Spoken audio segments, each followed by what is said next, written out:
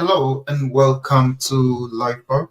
This another great opportunity to share information with you.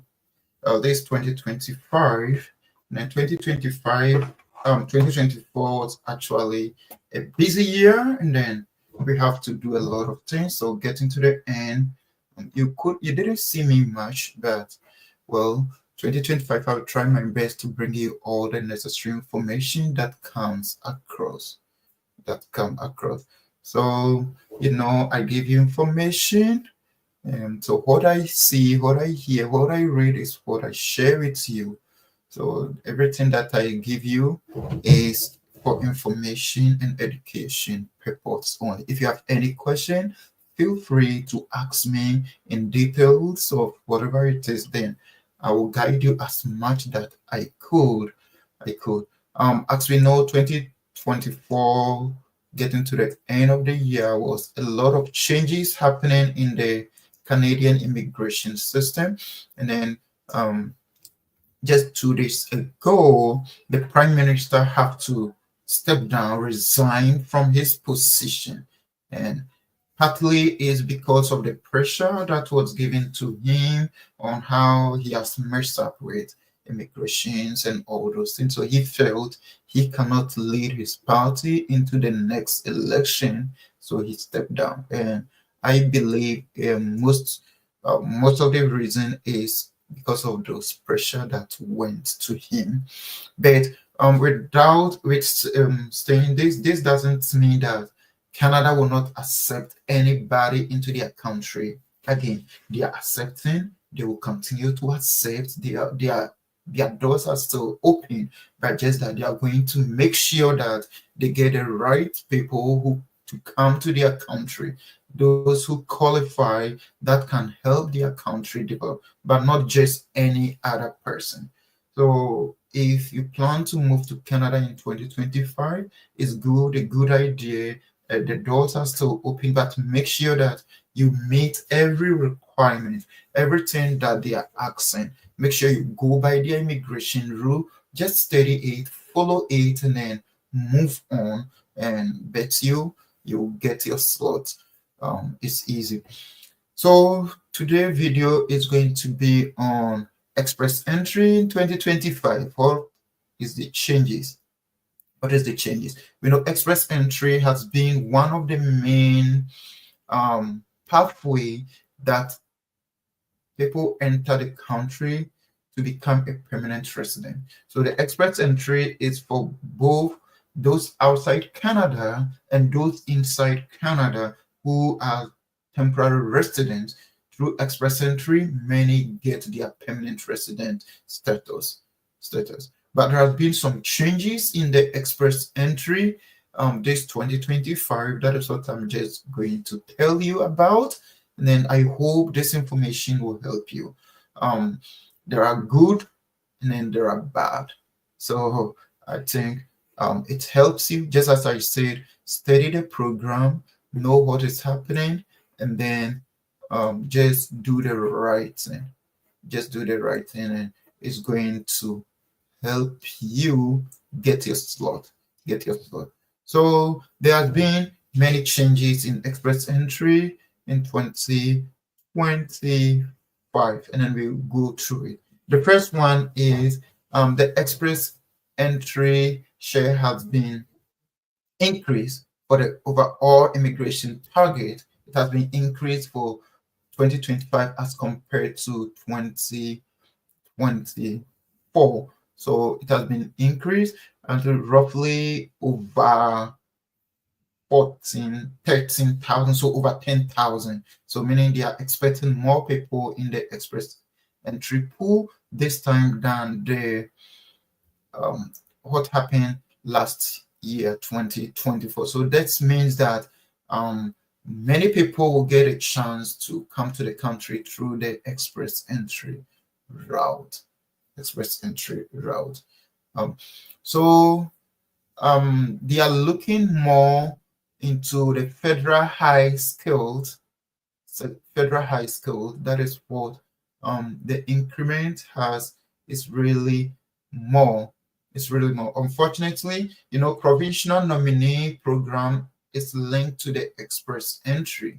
That the provincial nominee program um, target has been reduced. The allocation for the provincial nominee program in the express entry have been reduced. So what this tells us is that provincial nominee is still there, but they are not getting more slots in the express entry than before. So it is very important to target the express entry more than the provisional nominee. You can still do the provisional nominee. I will speak much about it on later day. Yeah. And then now, initially, you needed a job offer to get points for the comprehensive ranking system, the CRS. You need a job offer, but now you don't need a job offer. You don't need a job offer. So what this means is that you need to get other things to boost your points. Well, especially for those in Canada now as temporary residents who want to use the express entry, because if you are here, it's easy for you to get a job and then you get those points. I think that was around 50 to 200 points. So now that is no more. That is normal. And so this would be a good advantage for those outside Canada, because it's very difficult to get a job offer if you're outside Canada. So there's an advantage for you and then a disadvantage to the temporary residents in Canada for the express entry. So no more job offer needed to enter into the express entry. So the CRS doesn't need a job offer anymore. So you need to boost your English proficiency. That will give you a very high point. And then your work experience, that will give you also a very high point. That is what you need to look at. That is what you need to look at. Though this is something that they've said, but it is not, it is temporary. We don't know, maybe they will have to bring it back or not, because it's really important to give points to people who get job offer. And that is what I always advise, that get a job offer and then it helps you a lot. So one thing that you need to also look at, the federal economic priority and in Canada focus replacing federal high school allocation. So those in Canada, they are looking at landing allocation under express entry. They are looking at 82,000 plus, almost 83,000 for the in Canada focus. So these are going to be candidates in Canada. That's those going through the Canadian experience class, the express entry aligned provincial nominee program, federal skilled worker program, and then federal skilled worker program, and then federal skilled trade program.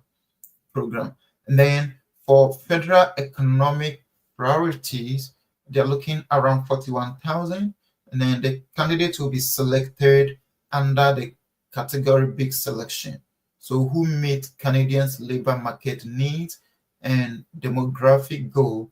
So priority sector in 2025 are going to include a healthcare occupation, trade occupation, then especially those with French proficiency. Those are going to be the priority. That doesn't mean that if you're in other profession or other occupation, you are not considered. You are considered, but those will be the priority. And then, so if you're outside Canada, they still have a very large number for various category. Those inside Canada is 82,000 plus. Those in and out both is around 41,000. So the competition is very keen. So you need to do your homework well. You need to do your homework well. So these are some of the major changes. These are the major changes that has happened in the express entry. The target has increased, and then job offer for CRS Point have been temporary paused. We don't know what will happen again. Then we have the target occupation being the healthcare, the trade occupation, which a lot, healthcare is a lot occupation under it, the trade a lot, and then those with English proficiency. If you're outside Canada, one way I've seen is if you have French background, especially those in the Anglophone country, and then have the Francophone, they have French, they are in English countries, but they have French also is a very good way to get your point boosted. So this is the end for today's video. This is just the beginning for the year.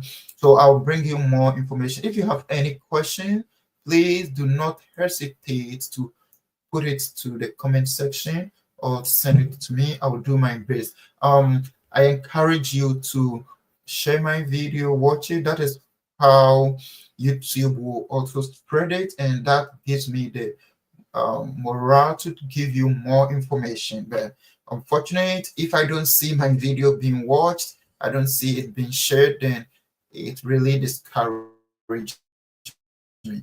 Those looking for schools, I'll be coming out with a list. As I promised last year, I had it, but I couldn't get the time to do the video, so I'll be coming out with it very soon. So thank you. See you next time. Bye.